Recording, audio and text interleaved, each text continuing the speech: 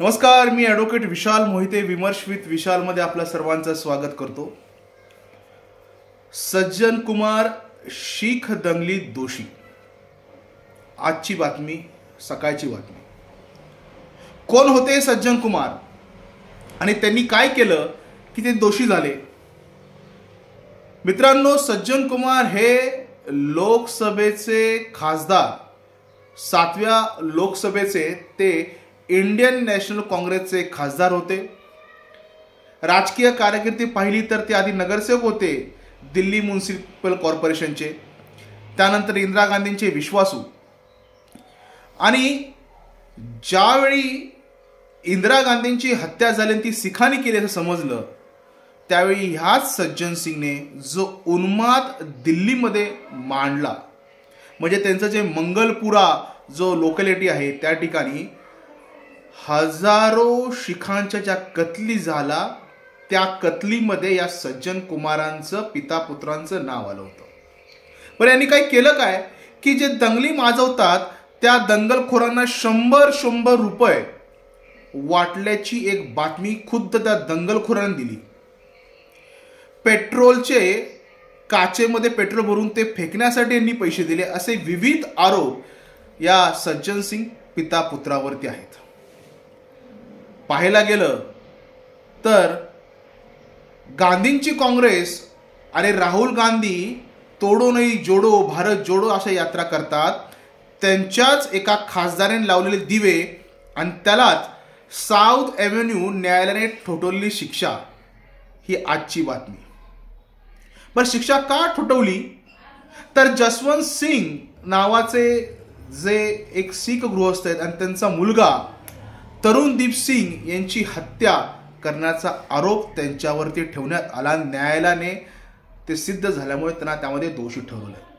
त्याच्या अगोदरी विविध प्रकारात सज्जन सिंग हे दोषी आहेत, कारण की काँग्रेसच्या कार्यकाळात जो उन्माद किंवा शीख दंगल एक त्यांनी घडून आणली असा त्यांच्यावरती आरोप आहे.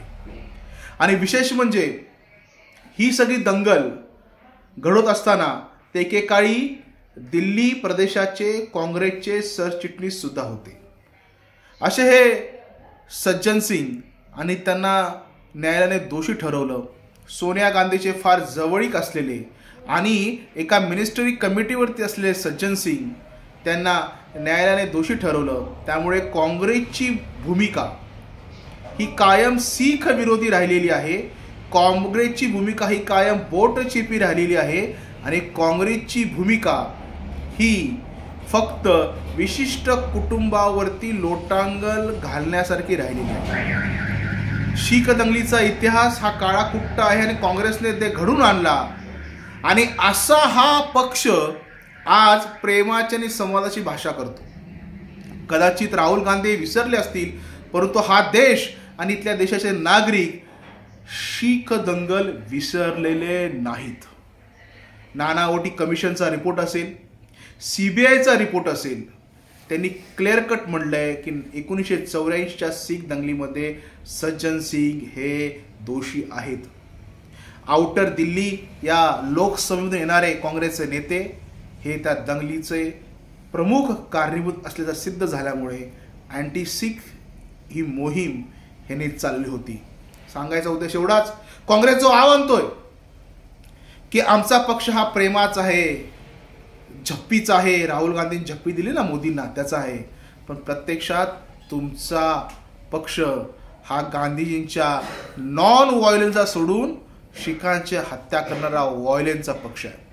अशा बऱ्याच गोष्टी आहेत की काँग्रेसने वेळोवेळी जे व्हायलन्स घडून आणलंय आणि त्याच्यावरती स्वतः साऊथ एव्हेन्यू कोर्टाने त्यांच्या खासदाराला, माजी खासदाराला शिक्षा देऊन सिद्ध केलंय की काँग्रेस जन हो, तुम्हीच त्या शीख हत्याकांडाला जबाबदार आहात आणि you are the only responsible for that शीखचं जे ॲसेनेशन झालं त्यासाठी. त्यामुळे काँग्रेसने आव आणू नये. आपला इतिहास एवढा बरबटलेला काळ आहे हे पाहावं, यासाठी मी हा व्हिडिओ केला होता. धन्यवाद.